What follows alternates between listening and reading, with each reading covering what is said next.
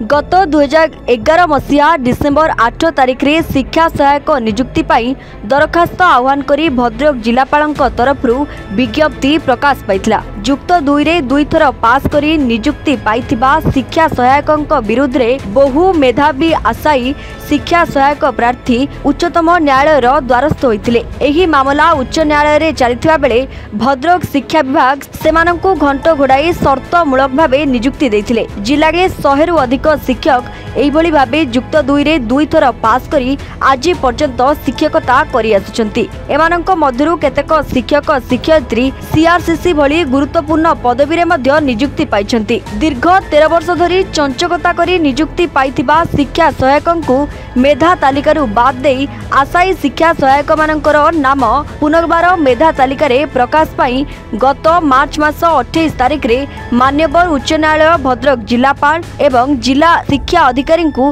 निर्देश देथिले। एही नियुक्ति प्रक्रिया को 4 मास मध्य रे शेष करबा पाई मान्यवर कोर्ट आदेश देथिले मध्य ए पर्यंत जिला शिक्षा विभाग कोनोसी कार्यानुष्ठान ग्रहण न करी चुपचाप बसी रहिछि। गत 13 वर्ष धरी अपेक्षारत मेधावी आशायी शिक्षा सहायक माने धैर्यरा होई पड़िबारे आज बाध्य होई जिलापालक कार्यालय सम्मुखरे धारणा रे बसचंती। जदि दाबी पूरण न हुए तेबे जिलापालक कार्यालय सम्मुखरे आत्माहुति देबे बोली कहिसंती।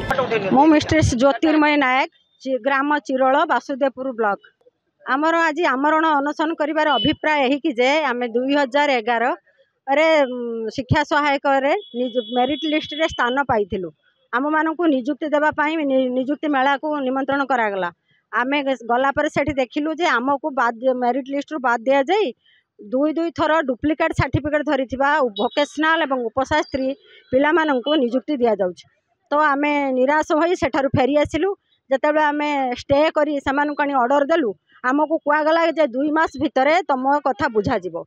2 मास पूर्वरु 15 दिन भितरे से माने पैसा नेई तांको राताराती पोस्टिंग दे देले। तो आमे निराश होई उच्चतम न्यायालय द्वारस्थ हेलु। दीर्घ 13 वर्ष धरी लड़ाई करिबा परे 25 मार्च 25 तारिख 2028 तारिख रे आमको उच्चतम न्यायालय राय देले सेमानकु रिट्रेंच करा जाई आमको पुनः मेरिट लिस्ट रे स्थान दे पोस्टिंग दवा पाई। तो से माने 108 जनकर डुप्लिकेट सर्टिफिकेट आमे डीपीसी ऑफिस रे डिपोजिट करिथिलु। मु श्री अक्षय कुमार महांती वासुदेवपुर ब्लॉक बालीमुंडा ग्राम पंचायत आमे एथि पई आमरण अनशन करिचु।